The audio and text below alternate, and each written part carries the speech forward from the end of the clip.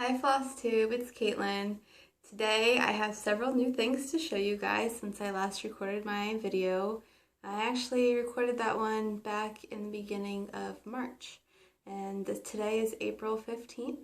So I have I finished my villains, which I'm really excited about. I've been working on my villains for probably 1.5 years, if not a little bit more. And I also started the crystal cross stitch that I unboxed for you last time, the Chinese peacock. And I also started a little owl. I don't know if you guys remember, a few videos back I had bought a bunch of the Little Mill Hill owl kits. And I started one, and it's really fun and relaxing, so that's what I'm doing in the meantime while I'm trying to collect the rest of my floss for the epic Pokemon cross stitch. So let's get started. This is my villains cross stitch. Like I said, I started November 15th of 2014, and there was a period of time in the beginning of 2015 that I didn't stitch on it for about 5 months. So really it probably took a year if I stitched on it year round and I didn't stop at any point, but I did take a break from it. But I picked it back up probably August, July of 2015, and I haven't taken any breaks really since, maybe a weekend here, a weekend there. But for the most part, I stitched on it until I was finished, and I finished it April, and I just finished ironing it today. And it's sad, but there's some spots on here that I can't get the dirt out of. I tried to wash it in some warm water, lukewarm water, with some dish soap, Gain or Dawn, I don't know what it is. And it took some of it out. I definitely got a lot of dirt out of it and a lot of little pieces of miscellaneous foreign objects, but there's some spots on here that I just can't get out. So without further ado, here it is. My villains completed. And down here, you can clearly see there's a bunch of just not clean fabric. But what my plan is, I'm gonna try to have, I've never framed anything before, so this is going to be a first for me, but my plan is to have a mat come right to the edge of the cross stitch so you're not going to see any of this excess fabric that's clearly dirty at the bottom here where I grip the Q-snap and a little bit of the fabric in my hand. But for the most part, I got everything else out. There's this weird line at the top where I had taped the Ada, because this is my second ever project. This is my second cross stitch ever. And I didn't know any better. And I was trying to research how to keep the ends of the fabric from fraying, because you can see up here that it was starting to fray around the edges a lot. And that was getting me nervous, because when I bought this fabric, I didn't calculate how much would be left around the edges for framing. I just basically went off of what the chart was telling me, how much or what size Ada I needed to get and what count. And I didn't check to see if there was enough fabric left for framing. I'm hoping that's enough. I'm not really sure. Like I said, I've never framed anything before, so this should be interesting. But yeah, I got some masking tape and I put it around the edges, and there's some grime, especially in the corner here from where that tape was, and it's still very tacky, if you can see that and maybe even hear the sound it's making. And I washed it and it's not coming out. I let it sit in the soap and the warm water, and I kind of, swished it back and forth in the water. And it's not, it's not good. So I'm just hoping, the framing will just cover all this up and I'll never have to see this again, this outside portion. And then I don't recommend tape, like I was saying, because when I was taking it off, there's a little bit at the top right here that I don't really feel, well, maybe I can get it off, but it's really stuck on the ends. And when I was taking a part of it off on this side, I ripped out a bunch of threads. So a ton of fabric came off here, and it unraveled a lot here. So I don't know if it was just because I was so anxious, like, oh my god, 1.5 years, I finished it. Let's get this thing cleaned and ironed and ready to frame. If I was just rushing through taking the tape off, but I don't really think I was. I just think this tape sitting on this fabric for 1.5 years, it just got really attached. And it took some of the fraying thread or fabric, whatever, with it. So anyway, next time I know I'm going to serge the edges, and a lot of the fabric that I've been ordering, because I haven't gotten any more fabric from Joann's where I got this fabric, it's 22 count antique white Aida, and I think the size is 18 by 15 inches. So I'm hoping that that is enough to frame. I didn't really measure how much was left yet around the edges either, but I think that should be okay. Got it at Joann's. It was probably like $10. And yeah, I haven't bought any more fabric for any more projects from Joann's. I've gotten it from, like Nordic Needle. There's this one site that the Frosted Pumpkin Stitchery uses. I forget the name of it, but I bought one of their patterns and I ordered some fabric from the shop that they recommended. And all of that has come serged, which is lovely because I don't have to do it. My husband got me a sewing machine last year for Christmas.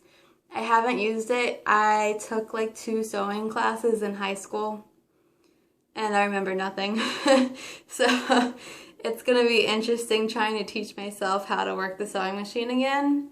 And when you learn on the sewing machine in school, that's the one that you're really used to working with, and you know how that machine works. And every sewing machine is different. So I remember I was so excited. I learned how to sew. I bought myself like this $100 sewing machine off of eBay.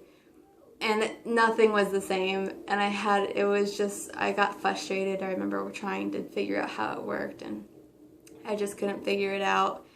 So I got a brand new limited edition Singer that my husband bought. It looks gorgeous. It has like a lot of stitches, and it looks really fancy, but I have nothing to go with it. But like I said, I'm really excited to hopefully being able to learn how to use it in the future for finishing some of my cross-stitch projects. So that, my Disney Villains, hopefully, it's ironed, I just finished ironing it, will be taken to the framers maybe this weekend or next weekend. I've heard from a lot of people that it's really expensive to frame, and Joann's actually sent me a coupon in the mail for 60% off plus an additional 15% off of all framing services. So I was going to take it up there to see if, what it entails and if I could find a frame there, if they do matte. Like, I have no idea how to pick the matte, how to pick what color. Like, I don't even know what colors I want for this. If you have any recommendations for what color frame and what color mat, do I do more than one mat? Do I get cool designs in the mats? Because I've seen a lot on the cross-stitch Facebook groups that I'm in that have like some really cool designs going around their cross-stitch, like little fancy borders that the mats make. And I don't know if I want that. I don't know what color, I don't know what frame. I was gonna put it, this is my craft room, I have like nothing in here. But we're actually moving in July, so I'm really not gonna pick a frame based off of the color of this room because I don't know what color my next craft room is gonna be, and I don't know if I'm gonna paint it this color or not. I really like this color. It's very, I don't know, happy to me, calming, but like I don't know. So I don't really have a preference in frame color or matte color, just whatever matches the cross stitch the best, because that was 1.5 years of my life and I feel like it should be treated very well. Anyway, like I was saying earlier in this video, I started a little Mill Hill owl. His name is Kiwi, and here he is. So I almost got all of the stitching done, and then I think I'm going to start the back stitch, and there's 2 little French knots that are supposed to be in his eyes somewhere. So all of these blank spaces and his wings and his beak, those are all going to be beads. So I'm really excited because I've never beaded before and I've never done French knots before. So I'm hoping this little project will be pretty easy for me to learn how to do that stuff. Here's the back. Not that amazing. Front. So he's really cute. I did finish getting the rest of the series. In one of my previous videos where I was talking about those owls, I had said there was like 2 more that I needed to get. So I did purchase them. And of course, the one that I had, I didn't bring in here. I'll be right back. Okay, so I have the 2 owls that I needed to finish the series of these little owlet charms, cross-stitch charmed ornaments. I do still have to show you the crystal cross-stitch peacock, but he's up on my table, so I'm going to do that last, and I'm going to show you my haul first, and then the grand finale is the very sparkly Chinese peacock. So this is Finn and Emma. Here's Finn. He's a very sleepy guy. He's very cute. And then the floss and beads on the back. And there's his little star that goes on the front of his shell. And the last one is Emma. And Emma's very cute. She's very spring colored. Lots of very light yellows and greens. So that's her. And then because I'm really enjoying stitching Kiwi so much, I got 3 more Mill Hill kits. It's a complete trilogy, and they're actually a little bit larger than these owls. I really like Hocus Pocus and anything, you know, Halloween themed. So when I saw these guys, I had to get them. And they're really cool. So they're definitely bigger. They definitely have, I don't know if they have more beads, probably the same amount, but they definitely have more floss. So this first one is Murray. Here's the first one. And all of the fun floss and beads. You can see in comparison how much bigger these guys are. I know you have to cut a lot of the excess paper off, but you still have to cut, you know, around him, the little owl. So I'm assuming definitely that this one will be bigger because the paper is a lot bigger. And I have 2 more. I don't know which one is my favorite of these 2. It's hard to pick. But here's this little gal. I really like her. I like that she's stirring this cauldron and she's just so happy about it. And these little tricks and treats, that's just really cute to me. So similar themed floss and beads. She has, I don't know if she has a trinket, but I know one of them has like a little star, some little trinket that hangs off of them like the owls. And then I really like her because she's just so happy. And I love the colors of her giant cape and her dress, and she's just, love her smile. She only has 3 teeth. And then again, similar theme, floss and beads. So that's it for my cross stitch haul, but I did get another 5D cross stitch kit in the mail. My husband ordered it for me. It's not opened yet. I'm not really sure if I'm going to do like an unboxing or not, because I don't know if that was really helpful to any of you guys, or if you guys like watching it, or if it was boring. Unfortunately, there is not a picture of what the pattern is on the box, but I'll put the link down below so you guys can see it. It's really cute fat cats. They're like cartoonish fat cats, and I just fell in love with them because they are so cute and fat, and how can you not like fat cats that sparkle? So this is the box for my giant peacock one, and so you can see kind of the comparison. This guy was $55. This guy I got off of Amazon, and it was like $22 and free shipping. Free shipping for this one too, but this one came a lot quicker than this one. And I believe this one has square beads, like my first crystal cross stitch did, and this one has circle. So, speaking of circle, well, one more thing. I got this one, this crystal cross stitch, the peacock from AliExpress. And then I got the cartoon cats from Amazon. I stitched now with both, not stitched, but you know, did the crystal cross stitch pattern with 2 different styles of beads. They're like little resin gems.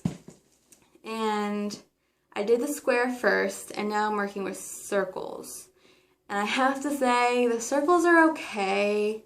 But the squares, they just pop and fit together so much more easily than the circles, because the circles, there's still, you know, some kind of space between them, and that kind of bothers me because dust and, you know, whatever's floating around, if you don't have it covered, even if you do have it covered, sometimes stuff just floats underneath the laminate paper that you can cover it with, gets in that little, there's still like a lot of sticky tacky paper that you can, when you put your hand over it or whatever, you press on it, you can still feel the tacky paper underneath. So I don't like that, and I don't like how the circles don't match up like super evenly and snap in place like the squares. They do snap in place, but it's not, I guess, as crisp or as clean as the squares. So, and these resin beads are a lot more shiny than my first pattern that I did. I don't know if that's a good thing or a bad thing, because sometimes I feel like they're just, the shine is so overpowering you can't really tell what the pattern is.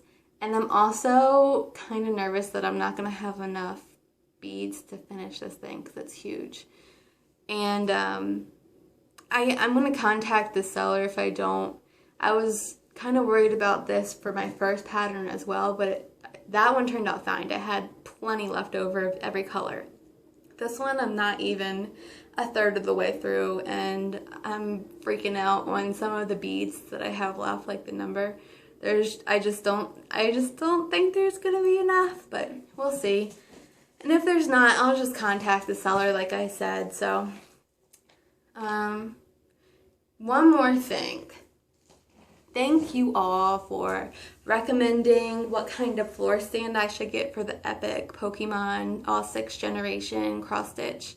I ended up getting the Mark II floor stand, and I did have it built. It was all ready to go, but like I said, we're selling our house. It just went on the market yesterday, and the realtor had come over and asked for me to break it down. Really sad. So it's broken down in 3 pieces right now, and I'm not going to show it to you guys. Once I finish this giant crystal cross stitch, I'm going to set up the stand again and attach the fabric. I'm still working on getting all of the floss. I don't even think I'm a third of the way of getting all the floss, and I spent probably, I don't know, maybe $200, and that's with a lot of coupons and sales going on at Joann's, Michael's, AC Moore, and I still have a lot to go. I know that I needed 70 skeins of black alone, and there are some other crazy numbers of like 535. I need like 30 skeins or something like that. So it's a lot to collect, but if I wanted to start the Pokemon pattern now, I can, because I have the pattern, I have the stand, and I have the fabric, and I have some of the floss. And I looked at the first page, and I can definitely, start working on that first page, and if I'm missing any colors in that first page, I can just go out and, get one skein at a time. But if you guys are interested, I got that pattern off of Sprite Stitch. It's kind of like a game, like a cross-stitch site for free game patterns. People on there, they create these fan art patterns and they just post them because they made the picture, they made the art themselves, and they created the cross-stitch pattern and then posted it on the site. So that's how I was able to get this pattern. And I'll post that link below. And yeah, so last but not least, here is the epic, that's what I'm going to call it because it is pretty huge, the epic Chinese peacock crystal cross stitch. Alright, so here it is. Excuse the shaking, I have to hold it in my hand because I'm filming this on my camera and my phone. My phone doesn't have a reverse picture feature, so that is with my working light on, and I have all my little beads around. Sorry about that. But here it is. I've got 2 sections finished already. I'm working on the third, which is down here. If you can see, there's like a little crease here. So you can peel back just this one section that's this wide at a time, and I have it where I'm working. I have it creased back here. So that way you don't have to peel off, at the corner and work that way with a huge piece of paper coming off every time you want to work on a new section or it getting weird and crusty. So here's what I have done so far.